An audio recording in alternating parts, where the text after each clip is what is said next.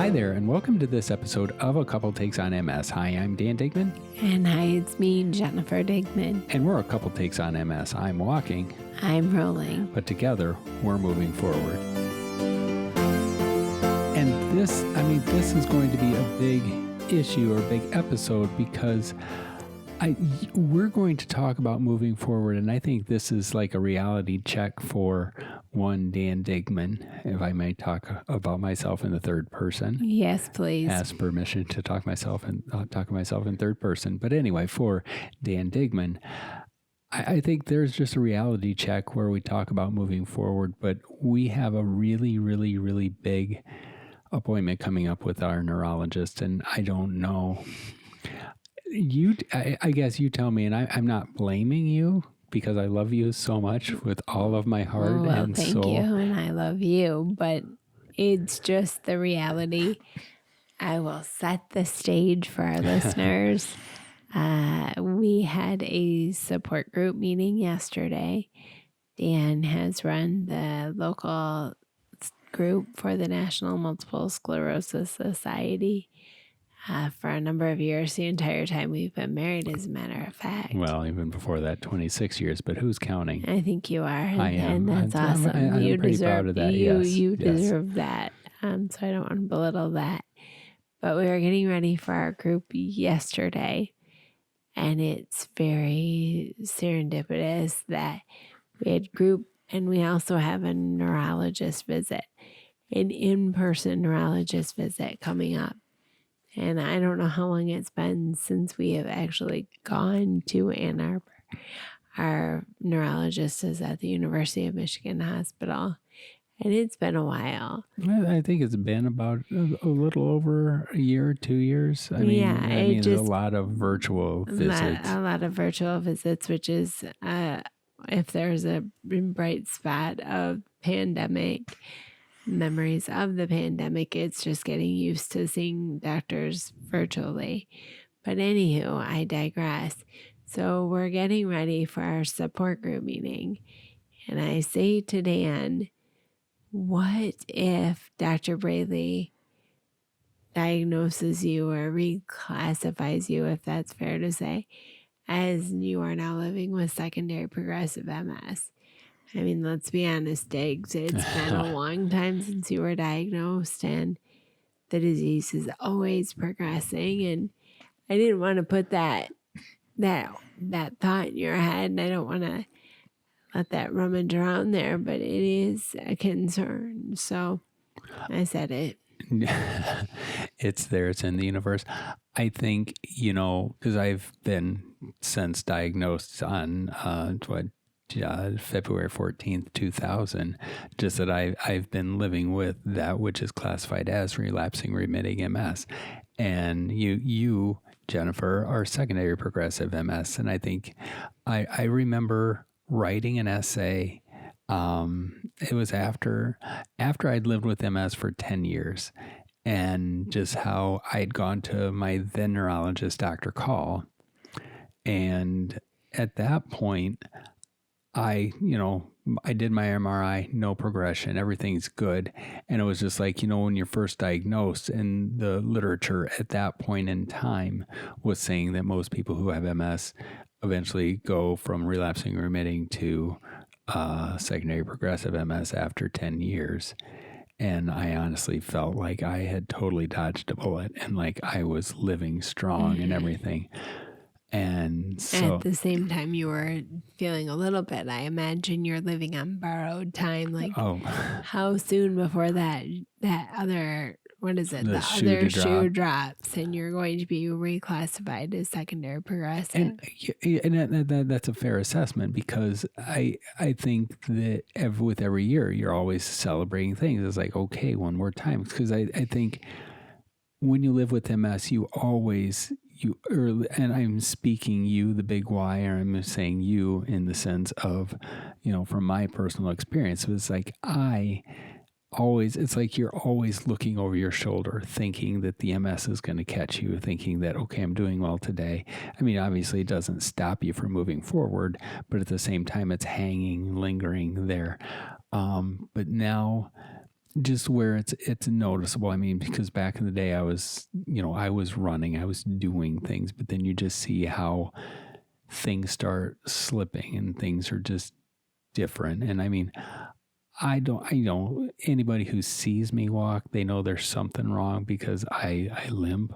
Mm-hmm. I walk because I can't feel my feet. My legs are tired. And, I've spent the last, for the last week, I've been like getting my MRIs and getting all of that in order and getting a blood test to make sure that I can go on in my next disease modifying therapy infusion, that I can do that. So I was getting blood tests, did my MRI, my, all like thoracic, cervical, and whatever, spine, brain, whatever, to go to see Dr. Braley to see what does it look like. And you brought it up, not that I didn't think about it, but it's like you raised a great question, because it's just like, am I at that point where I would be reclassified? And I guess I'm not worried about it, but at the same time, you're worried about it, because once it's there, I think when you're living with a chronic disease like multiple sclerosis, once it changes, you can't go back. And that's the biggest thing that's always scared me, is just knowing that once the damage is done, it's never going to change. And that sounds pessimistic, but that's just reality. Yeah. And that is, I don't, in any way, I don't want to belittle that. No. And I said it, and it was a flip thing to say. It wasn't flip at all, babe. But it's just the reality. And I suppose I can ask you now in front of every listener, why? I mean, you have been going to physical therapy. I've been waking up at 6 o'clock in the morning to get ready so that you can leave for physical therapy at 7:30 for the last, what is that, couple 3 weeks, and I'll be going for the end of the month. Yeah. Who prescribed physical therapy for you? Anybody and everybody, I think. True. Well, no, but I truly think that it was Dr. Braley at the time for our last visit, and me being the non-committal patient. Well, okay. It's not that I'm non-committal, but it's like you get a You're non-compliant. No rush. Well, but it's do exactly. If this was Jennifer, her butt would be going to physical therapy. Yes, we're doing this in front of everyone. I still love you. We're fighting in front of the kids. Sorry. So listen to your mother. No, but seriously, when you get the paperwork from your doctor, more often than not, I'm left with the thought of, that's going to the physical therapy place. They're going to call to set up an appointment.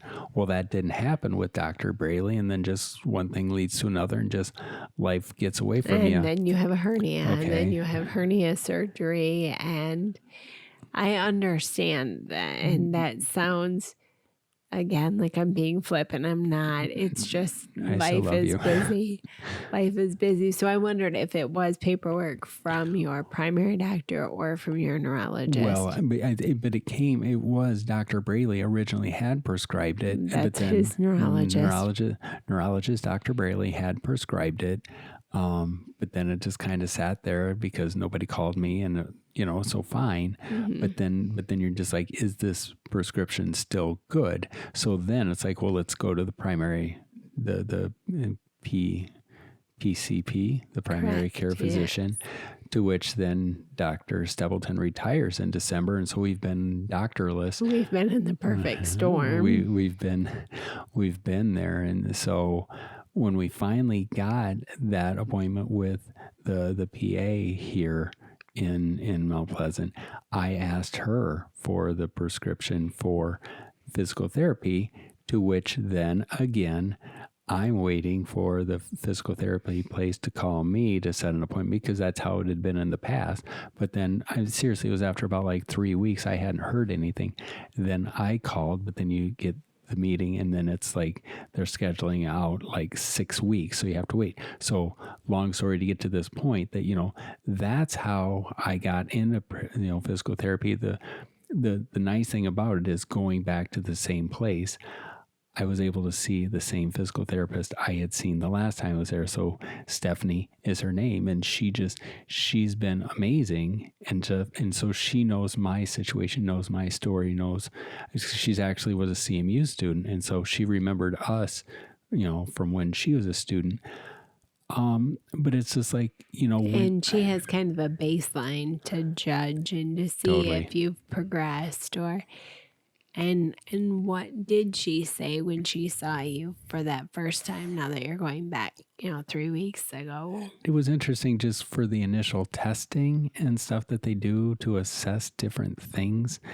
There were a few things because she had seen progress from the last time I had been to physical therapy, just how I had gotten better from, start to finish, and just how now this time assessing the results from my tests and things. Some of the things I was worse than I was when I started the last time, but there are some things I did now that I actually either was better than when I finished last time or comparable. So I think so that was encouraging, but at the same time, I'm weaker. I'm weaker, and I lack endurance and we've known that. I mean, my left side is so weak, and and it's like working with her and just asking the question. It's like, I'm like, can I, if I worked out and I did this and did the training, the exercises regularly, would I regain the strength to be able to do this, to compensate for this? Ooh, and what did she say?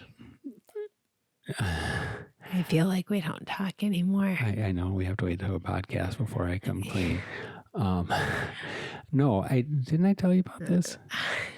I think you were sleeping. I wasn't sleeping. Well, no, but no, I had asked her, and I think it wasn't a no, but it wasn't a, obviously they're not going to say, oh, absolutely. But I think there was just I would be able to gain the strength back, but would it reverse the MS? Am I just weaker because of the MS, or weaker because I don't do anything, and I think that's the problem. One of the problems with working remote or working from home or working, then I'll blame the hernia surgery and just how much that has taken me out of doing daily regular things to help you, and that we're using the equipment now, the sit to stand, the Hoyer lifts, call it what you will. But it's just that I'm no longer doing that daily stuff to help you. So then was that my strength training at the point? Because now it's just, because back in the day, I would stand you up. I would pivot you. I would use the muscle, the legs, the squats. I went to the bathroom, you would get me out of my wheelchair. You would stand me up and help me to use the toilet. And that's just the help truth. You into bed. Caregiver Jen is doing a lot more and has done a lot more since you had your surgery 6 months ago. Mm-hmm. And she is doing a lot. And I think that that's good for you, because we aren't straining your back. We aren't straining your muscles, because I have always felt somewhat responsible for said hernia, that if you didn't have to transfer me all the time, you wouldn't have had that injury. But you have it, and water under the bridge. I don't want to use an MS word. I don't want to exacerbate any weakness, or, I don't want to make things worse.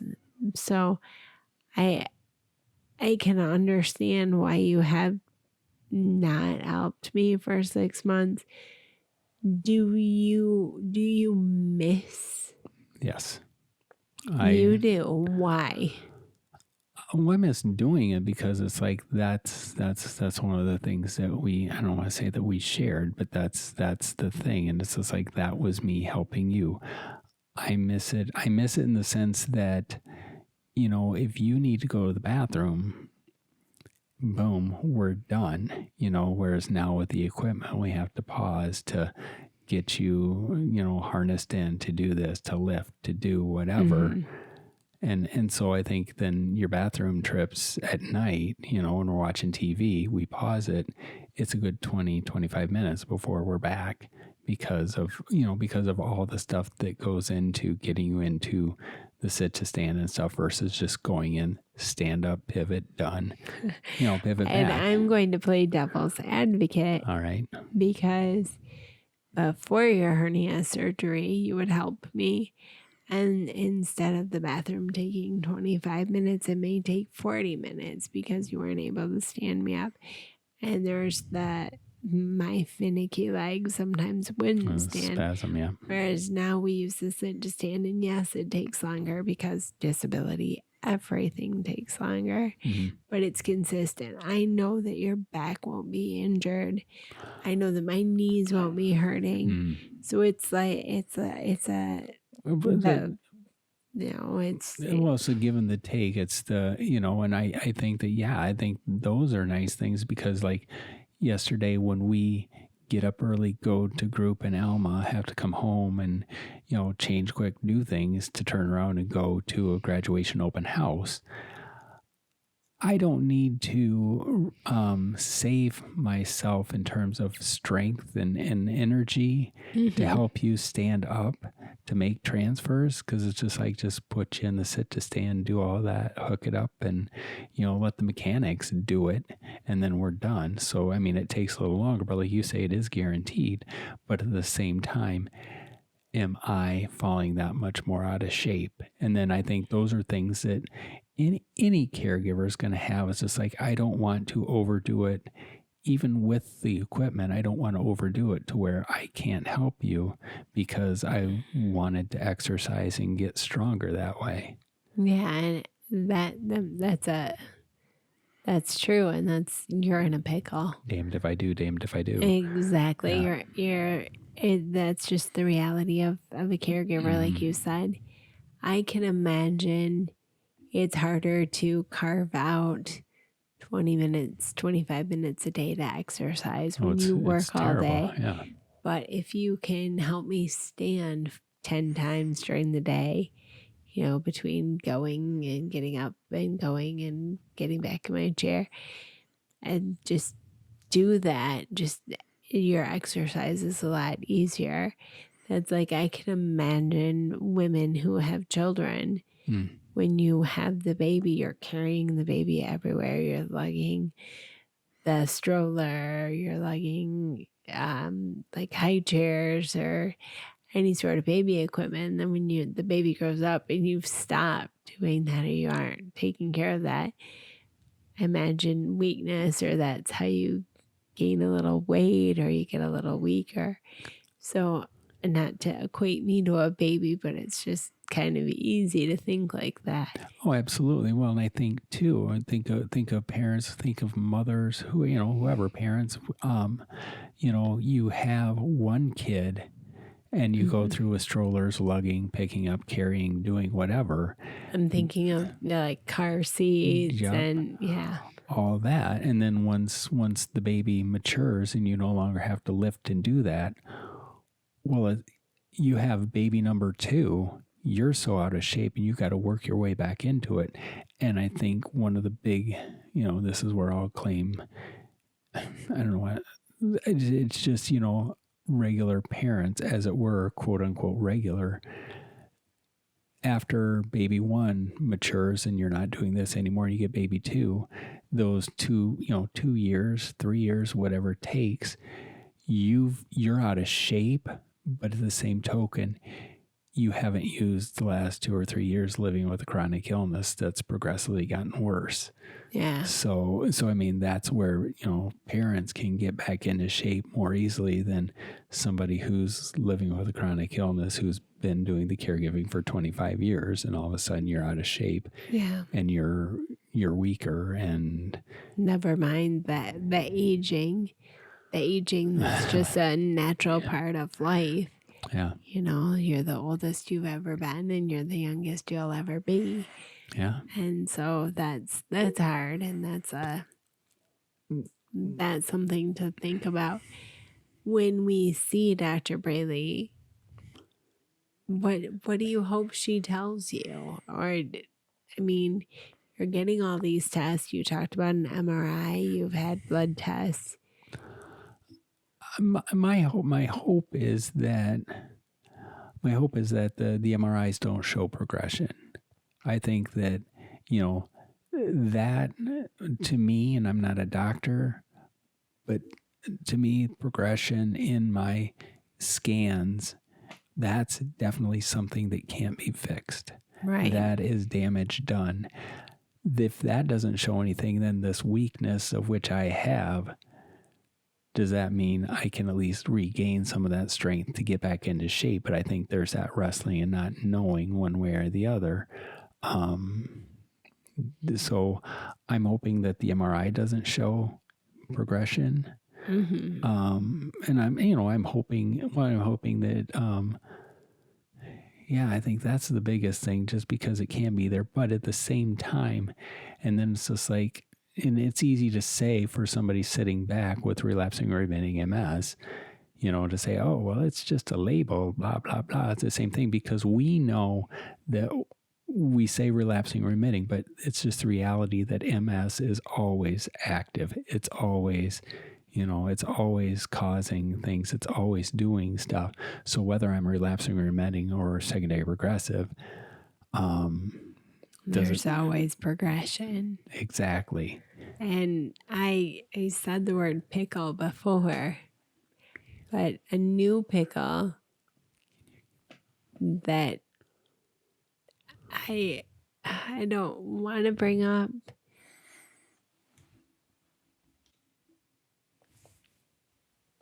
The pickle that I'm thinking about, and this is, we haven't talked about this. Well, we saved it for the conversation, so we can be. So forgive me if I get like emotional. I mean, I've been the one living with secondary progressive MS this entire time we've been married, and that's fine. That's me. You're the relapsing remitting. You're walking. I'm rolling. Well, what the heck's going to happen if we both start rolling? But I don't want to rebrand. But I have to rebrand, certainly.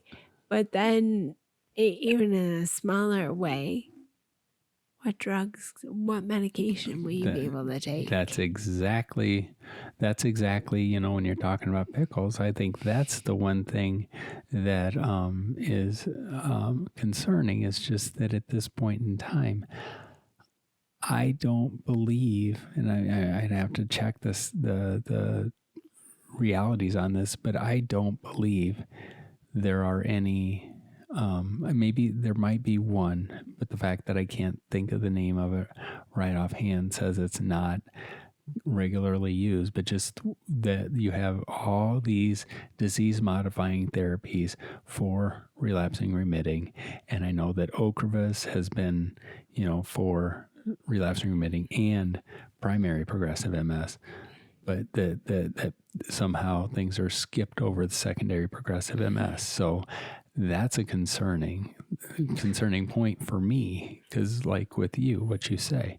Well, and what's concerning is your new insurance or any insurance.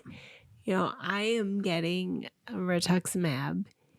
And I have secondary progressive MS, but somehow, thank God, I've been taking Rituxan for such a long time since I was reclassified as secondary progressive MS.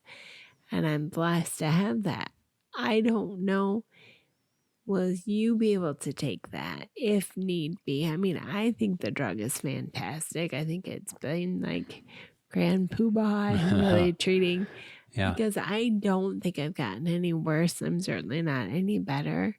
Well, certainly it's maintained. I mean, that's a big thing. That's a huge, maintenance, consistency, that's wonderful words for me.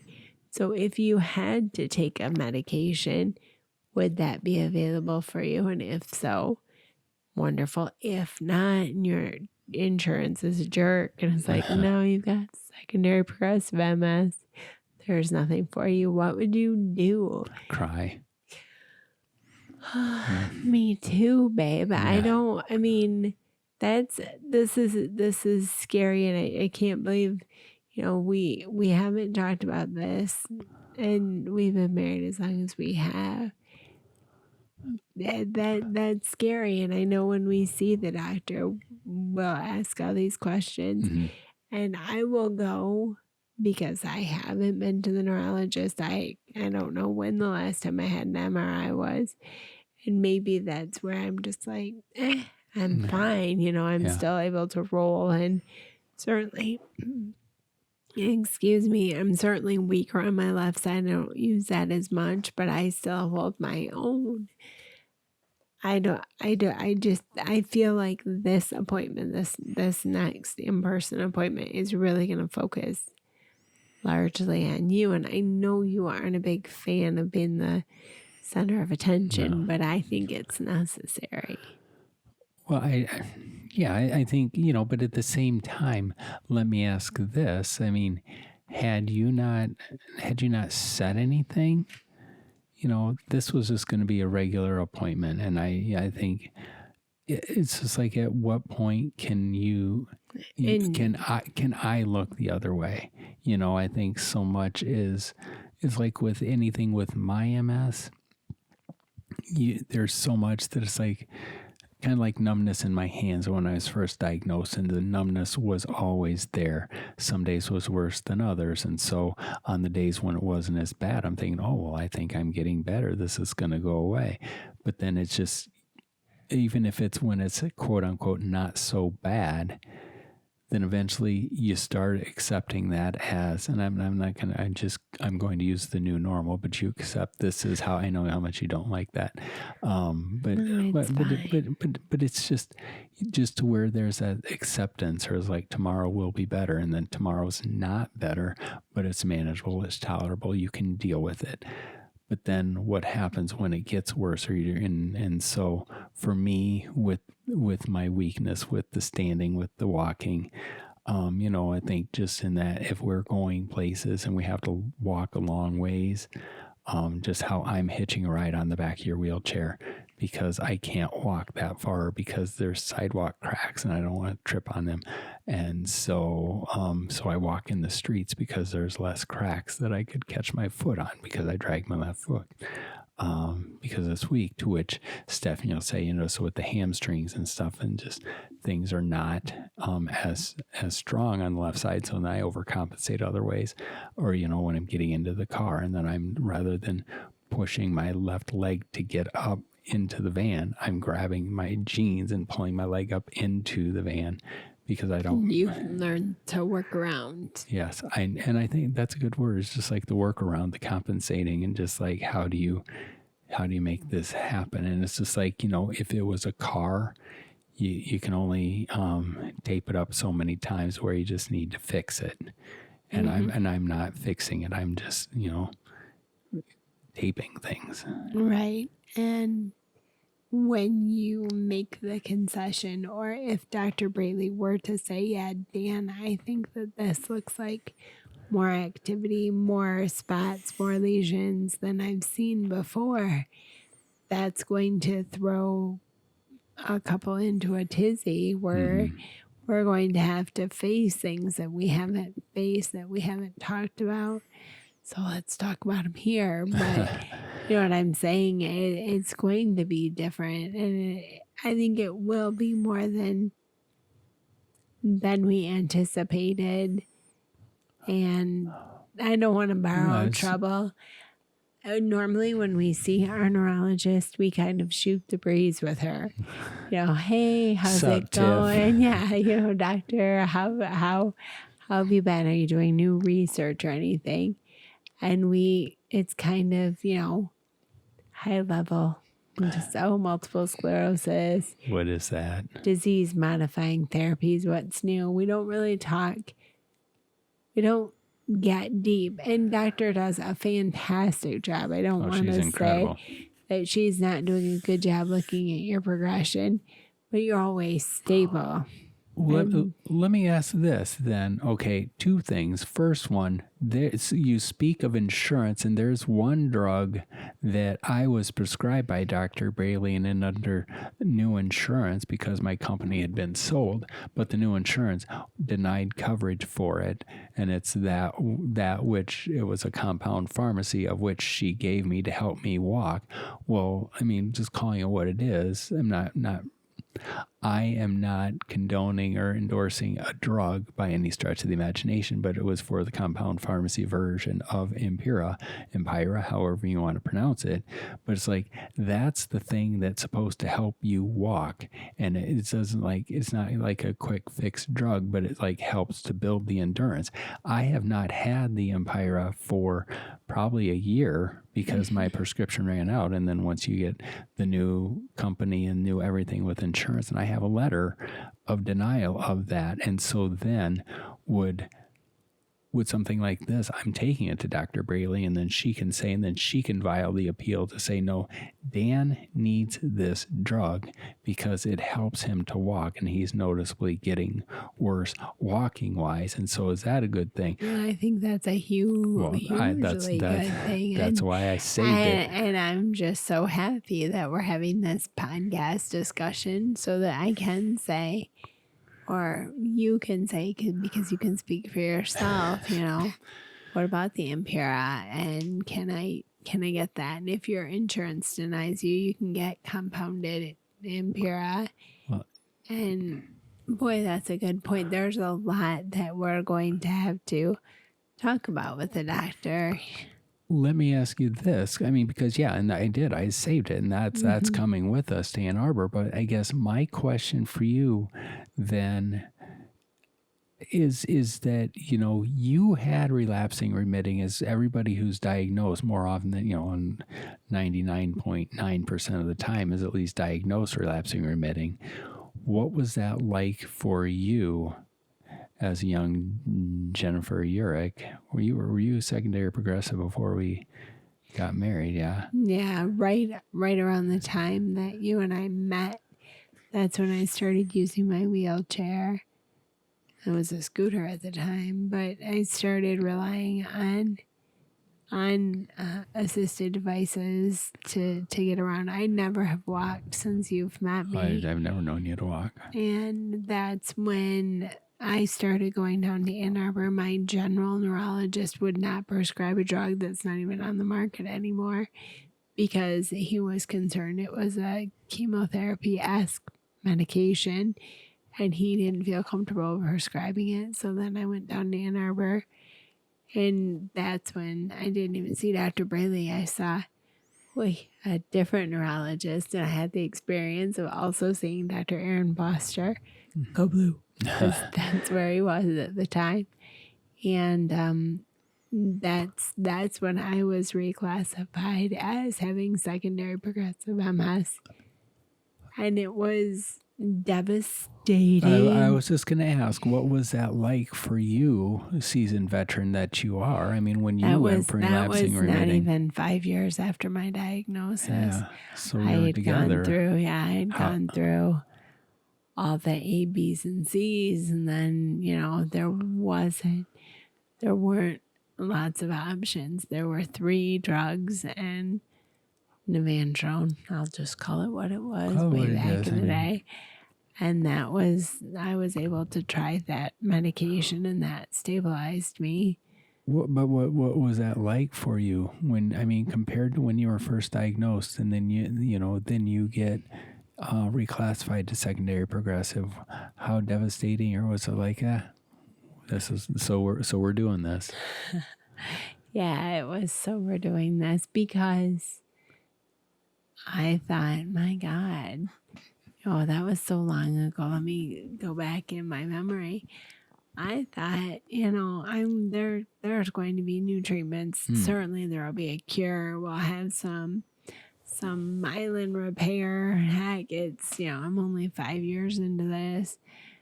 Give it another 5 years, there will be a cure. At 10 years, okay, maybe at 15 years, 20 years, there's certainly going to be a cure. Yeah. Okay, 25, where the heck is the cure? Where's the new treatment? And then you start seeing the immune modulating drugs that are on the market. And, now I'm going to be close to 30. It'll be 30 years in 2027 since my diagnosis was likewise for you. It's going to be 28 years. It's not that I'm so much more. Well, I mean, but I mean, once you get to that point, but I just was happy that I could have a drug. Yeah.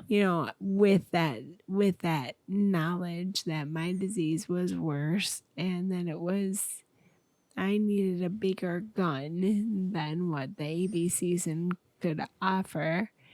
So, that's a really... Yeah, well, and like you say, we're not looking to borrow trouble. I mean, because maybe we'll go and it'll all be Dr. Braley will donuts say, and bubble gum. Yeah. Nobody says donuts and bubble gum. That's Cite my source. That's from shrinking. But anyway, from shrinking. We watch a lot of television. But I think maybe, what if we are borrowing trouble? Wouldn't that be beautiful? And Dr. Braley is like, dude, your MRI is fine. You're just as good. You're just lazy. Get off your dead ass and start working out, Diggs. Exactly. Your Ocrevus is holding strong and you're doing well. Then that's going to be great. But to use a Dan Digmanism, I'm the same person I was before I went down to see Dr. Braley. True. And it's like, I think that at this point in time, there's still ways, even if there is that elevation or reclassification, it doesn't mean that you being, here I'll go third person, it doesn't mean that Dan Digman can't do more and do his exercises as he was to strengthen his quads and hamstrings and legs and energy and fatigue and stamina and stuff. So I think that, if anything, that's the moral of the story. I mean, I appreciate you at least bringing it up so that it's not like thinking of worst case scenarios, but at least then it's that knowledge and just prepping ourselves that, like, what happens if we go to Ann Arbor and this happens. I mean, at least it's there, it's in our minds that we can adjust accordingly and doesn't blindside us. It doesn't blindside us. It made for a good conversation here today. We also discussed it with our support group. And that, that's great to hear the opinions and the perspectives of the members of our group. And they had a lot of insights. And So, I mean, so you say that. What about everybody out there who's listening? I mean, what's it been like for you? And are these fears that you have, or have you been reclassified, or elevated to, relapsing remitting to secondary progressive, primary progressive? What's that like for you? And how did you compensate and get through? I mean, so, reach out to us, email us. The email is acouple-takes-on-ms@gmail.com. Just to let us know, or go to the website is acouple-takes-on-ms.com. Just send us comments, because this isn't just the Dan and Jennifer show. I mean, we want to go, talk to other people, because it's like your words, your experiences can help so many other people. So, tell us, and help me should anything get reclassified. Right. And I hope that you will have a very good visit with the doctor, and that you will remember that you are the same person that you were the day before you went to the doctor. And maybe it will just be that we need to get our lazy butts up more, and we need to exercise more, and stop being afraid of injury. Stop playing scared. I love that, because Cal Ripken Jr. did not make his consecutive start streak playing scared.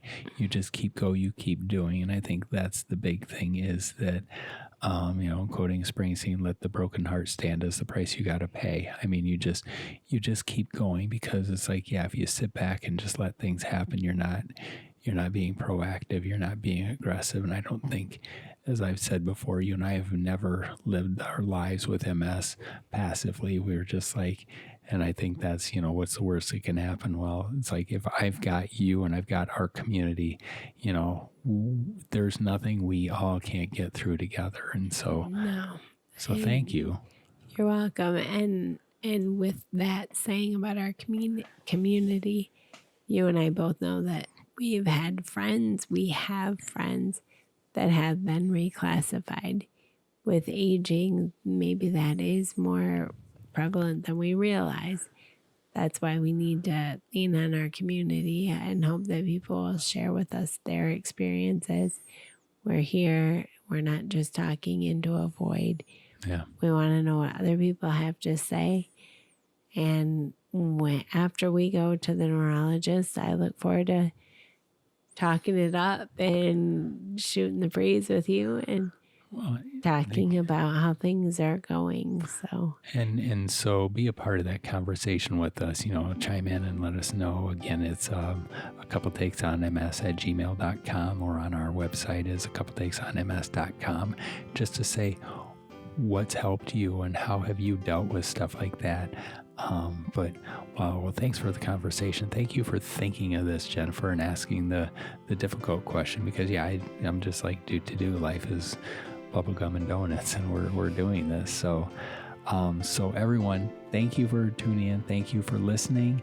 Until next time, we are a couple takes on MS. I'm Dan Digman, and I'm walking. I'm Jennifer Digman, and I'm rolling. And we are a couple takes on MS, and together we're moving forward.